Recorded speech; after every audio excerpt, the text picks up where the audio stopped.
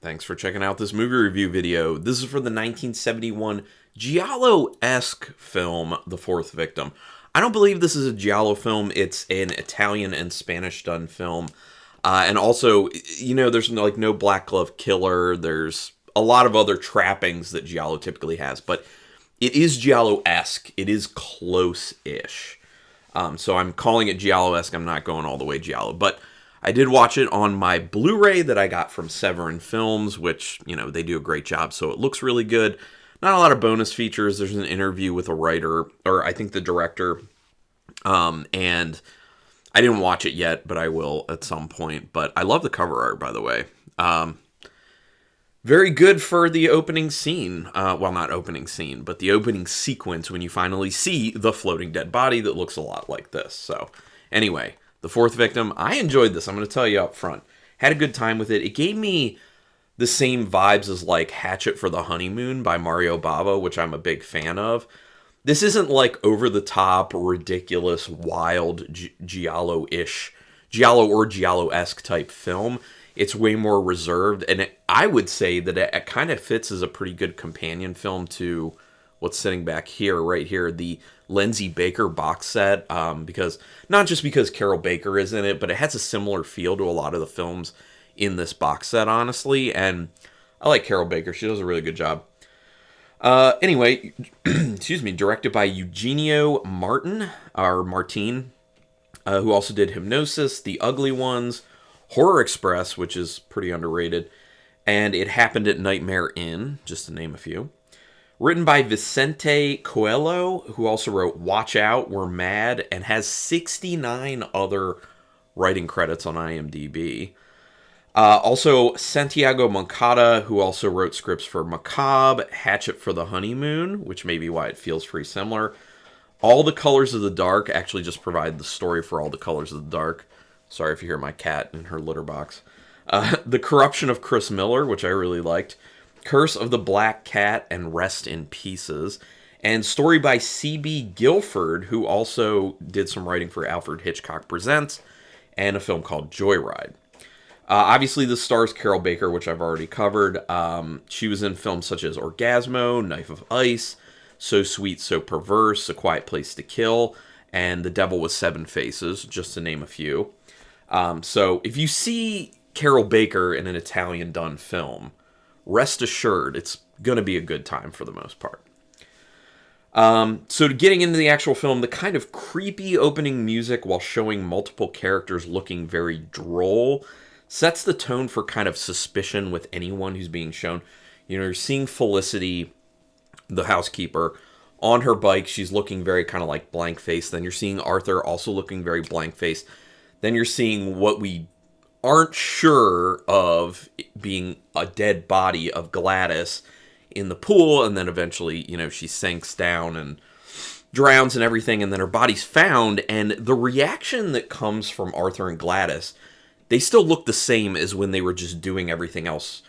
Gladys just riding her bike, and Arthur kind of just getting ready in the morning. So it gives you this immediate feeling of suspicion of kind of everyone, because, here's a dead body, here's two people who have, no reaction almost to it. They do something about it, but it's kind of odd. They get her body, they take her upstairs, they change her clothing, they brush her hair. You don't see any, overt emotion either. So you're just kind of A, what's going on here? B, I'm not sure I can, trust anyone at this stage. There's a lot done with no dialogue in the beginning, which I really do enjoy. The whole thing of, showing, not telling, that's very nice. Sometimes, no dialogue portions can kind of go awry, but they did a really good job of kind of telling the story they needed to without any dialogue. I really appreciated it. Inspector Dunphy seems to be on the case immediately, but since I know it's a giallo-type film, I suspect that he might not solve it. In the end, he's kind of involved in solving it a bit. He knows bits and pieces, but he doesn't fully solve it. But he's not the typical, blundering investigator or inspector that we end up getting in a lot of giallo and giallo-esque films. So that was kind of a nice turn. He's not an idiot. Interesting theory on Gladys being put into the pool in a comatose state that's introduced in court. and add to that the life insurance on her and Arthur's other two wives, and it does look like it's a strong case against Arthur. Like, the way they set it up, there's so much stacked against him that you as the viewer really are feeling like, yeah, it probably is this dude. Like, it definitely feels like so much is pointing at this dude. But then you get that moment when Felicity gets up on the stand and she says her extra piece, and she she almost overtly says that Gladys was suicidal. She then admits later that it was a lie. You know, Arthur kind of presses her like, why'd you say that? Why'd you lie, basically? Or he asked her if it was true, at which you would think that if it was true, he would have already known about it because she probably would have said something to him. But she even then says, like, it's not true. So, like, your suspicion of the both of them is increased at that point, even though Arthur's already gotten off for this. He, has not been convicted. It didn't really look great for Arthur, but then that testimony of Felicity, and then it just kind of, like, all switches. And you're like, oh, okay. Inspector Dunphy really must hate his own wife, because when he makes that comment about admiring Arthur, he's the only guy I admire. And then he explains why, about him having had wives that he may have killed. And he, looks at her while he's saying this, and it's just like, he doesn't sound like a great guy. Yeah, so, just saying. It does start to seem like Arthur just doesn't experience emotions like a normal person, and that could be a little bit of something that makes him this strong red herring. Also, the fact that this being like a giallo or giallo-esque film, you assume when you're going into it, you know that it's not going to be that straightforward. And for Arthur to be that strong of a, suspect in the very beginning, it just doesn't seem like it would make sense that he would be the person in the end. Although, I'm going to bring it up later, it does seem like a lot of stuff isn't answered by the end, but I'll talk more about that later. Julie, this is Lillian, by the way, so Lillian as Julie. So I'll be referring to her as Julie until the point in the story where she becomes Lillian to the audience. Julie is a very bold person to just start swimming in someone else's pool, and Arthur is too nice given the situation, even though he's quite suspicious of her. Just throwing that out there. Seemed like a weird interaction. He was appropriately suspicious, but I would have been a lot more curt with that person. Maybe even called the police. But these were also different times. Once Julie makes her phone call with the newspaper clippings in the background, it's basically confirmed that to the audience that there is something up with her. There's something very off. Arthur was feeling it. Now you're feeling it even stronger because you see those clippings. She's talking to someone, intentionally not saying who it is. So, extra mystery. It seems like Julie is trying to bait Arthur with her comments about depression and thinking about dying when she's sitting on the edge of the cliff when he kind of followed her and then he finds her car. And that's kind of when their love affair really does start to get going. But it really seems like she's playing to him. She really is trying to bait him into getting into a relationship because she knows he's closed off at that point because of the pool interaction. So she kind of does and says so much to kind of validate who he is and how he experiences emotions so that she can kind of get in and make him feel comfortable and open him up to, being with her. It also seems that Julie says a lot to Arthur to validate his feelings and how he has acted with the deaths of his wives. That creates the comfort that kind of draws him in more. She even makes a comment at one point about, I guess it is better to just kind of move on, to not think too much about your wives. Although we did see a scene earlier where he was looking at slides of Gladys. So that does give you an inkling that he did still have feelings, even though on the stand he said that he didn't love her at the end of her life, or even any of his wives before they passed, which was one of those moments where I was like, ooh, this is not sounding great for this dude. More intrigue pops up when the unknown woman shows up at Julie's place and explains basically nothing. Her appearance is just as suspect as Julie popping up at Arthur's. I believe, I couldn't fully see because she was wearing sunglasses and she had the scarf on, but excuse me. I believe that was the actual Julie when she pops up and she's talking to who we don't know is Lillian at that point. So yeah. So extra intrigue, which was nice. It didn't take long for Arthur and Julie to get married. I know that, like, some extra time had passed, but it does really seem like this was kind of like a whirlwind romance.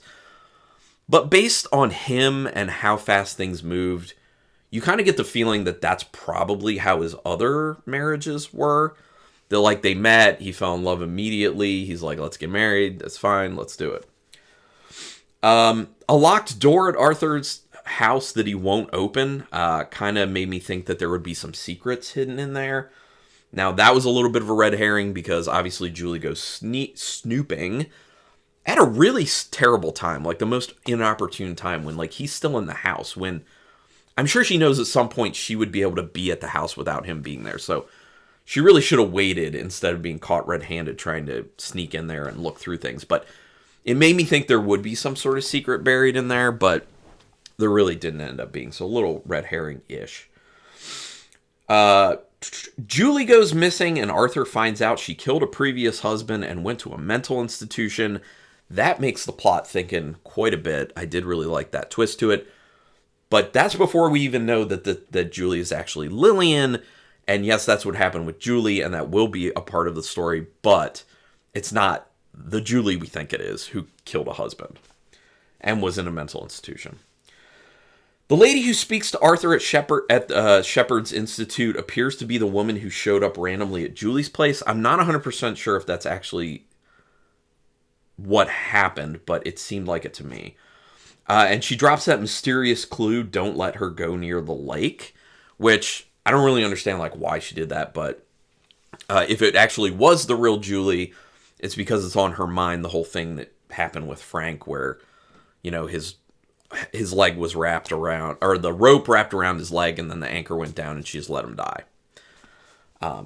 So the way Julie walks back in the house with groceries confirms what Shepherd had said about her behavior at the time, so that kind of validates it to the audience, like, oh, okay, maybe there's not something, like, super off with her, like, this is just kind of how she is, like, she's flaky like this, she'll kind of just, like, disappear, and then, like, show back up, but she kind of, like, at that point owes an explanation to Arthur, obviously. I did suspect that Julie intended to kill Arthur when she said that she gave Felicity off for the night. And that was right after she had gone missing. And then she shows back up. She's like, oh, I gave Felicity off. And I was like, I think maybe she's going to try and kill him because that's what you would do. Like, you'd be like, let's make sure there are no witnesses here. Let's deal with things that way. And real quick, pause for horror hydration. Sorry, with my sinuses and allergies, like, it gets really dry. All right. Julie making the phone call asking someone to come get her out of the situation confirms that she's investigating or conning Arthur somehow. The big question is just who she keeps talking to. Now, in the end, we find out it has to do with the insurance company, the life insurance company. But she ends up falling for Arthur, and that's why she got scared about it. And she's like, you guys have to get me out of this. I'm falling for him. And she's afraid of that. And obviously, she's even more afraid of it because we find out later Gladys was her sister. So she, at that point, is still suspecting that Arthur may have killed her. And I was still suspecting that maybe even that happened. We'll see. Nice twist in this film that Julie is actually someone else, being Lillian. And then a nice twist that we find out about the actual Julie and that she killed Frank. So I did like that. And then the real Julie kills Shepherd. So my question is he the actual fourth victim then? I think he's the actual fourth victim because it's the three wives, and then the insinuation with the title is that people are thinking, oh, it's going to be this fourth wife. It's going to be Julie, who's actually Lillian. But is the actual fourth victim that's being referred to Shepherd? Or was it just all along just the supposition that there could be a fourth victim, but there ends up not being in a fourth wife? Probably more that direction, I think.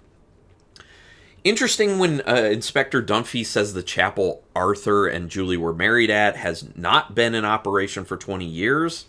That makes you more like, okay, what was this plan? Well, I'll call her Lillian now. what was this plan that Lillian had going on because she invited a specific person to be there, the guy involved with the insurance company to like sign the book when they were married. So you're like, Love how the constable left at the house assumes that Julie, the real Julie, is a nurse and just kind of lets her in and leaves. Now, obviously this leaves Lillian in a very vulnerable position. She is fought with, she is abducted, she is taken to the lake, which, you know, she ends up being fine in the end, but stupid on the constable's part. So Julie seems to be projecting herself onto Lillian and admitting that she killed her husband by saying that she is going to kill Lillian for doing exactly that. But she's referring to Lillian as Julie, so she's kind of like, you know, placing her persona, like herself, on her and just like getting retribution against herself, basically. So it's interesting. I did figure that Lillian had a relation to one of Arthur's deceased wives. I kind of thought that from the beginning when she like showed up oddly. Sorry, got to get some more water. But yeah, I had the suspicion for the entire film, really. And then it comes to fruition. It's revealed she's Gladys's sister. I thought it would have been one of the first two wives, though. Just to kind of like reach further back. Well, Julie's plan to drown Lillian really didn't work out too well, now did it? Because her leg ends up getting caught, she goes down, and she drowns, and in the end, her intention of making Julie pay for Frank's murder comes to fruition. Like, she did it, she just wanted it to be someone else and not actually her. At the end, you're still kind of unsure if Arthur killed his wives or not. The joint life insurance policy and the look that he ends up giving Lillian after he hears about this joint policy makes me think that he actually may have killed them. Because it's this moment of like, now he feels like she could potentially kill him because there's an incentive to, because he has a life insurance policy that's pretty lucrative on him. So it's kind of like this mutual, like, see, either of us could be motivated to kill each other, so let's not kill each other. It's an interesting moment. I like that it ends that way, but the way that he looks at her when he figures this out really does insinuate to me that he did kill his other three wives, but that he probably wouldn't do it this time. But I don't know, kind of weird, but interesting. I do dig the kind of ethereal score that they have for this film. I think it really helps to maintain this kind of air of mystery, so I love that. Pretty good ambiance with it, pretty good mystery aspect to the film. The pacing is quite good as well. I think they take all these intrigue and mystery pieces and kind of like lay those breadcrumbs down at good intervals. So it really keeps it going. Really do enjoy the pacing of it. This film does feel like I said, like a good companion for that Lindsay Baker box set. Not just because Carol Baker's in it, but it's got a similar feel. Or a really good double feature with Hatchet for the Honeymoon. So those are my recommendations. Out of 5 stars with half stars in play, I'm going to give this a 3.5 star rating. I actually quite enjoyed this film. It's kind of low key for what giallo or giallo-esque films typically are, but it has this charm. It has great pacing. It has this really nice, mysterious air to it, and yeah, it's so charming. I really enjoyed the film. I'm glad that I own it. I'm going to rotate it in my collection. I'll probably watch it again at some point. But this is where I'd love to hear your thoughts on this film. Go ahead and put them in the comments. Love it, hate it, in between, and just, tell me a little bit about why. A sentence or two is fine. Do me a quick favor, though. Hit subscribe to my channel if you haven't already. Also, hit the notification bell button if you want to know when I'm putting up new videos, which I'm doing 3 or 4 a week, which I think is a good amount of output. Sorry about that. But join this nerdy horror community I'm trying to create. I would love it if we add to it even more. But thank you so much for taking your time to watch this video, and until next time, keep it brutal.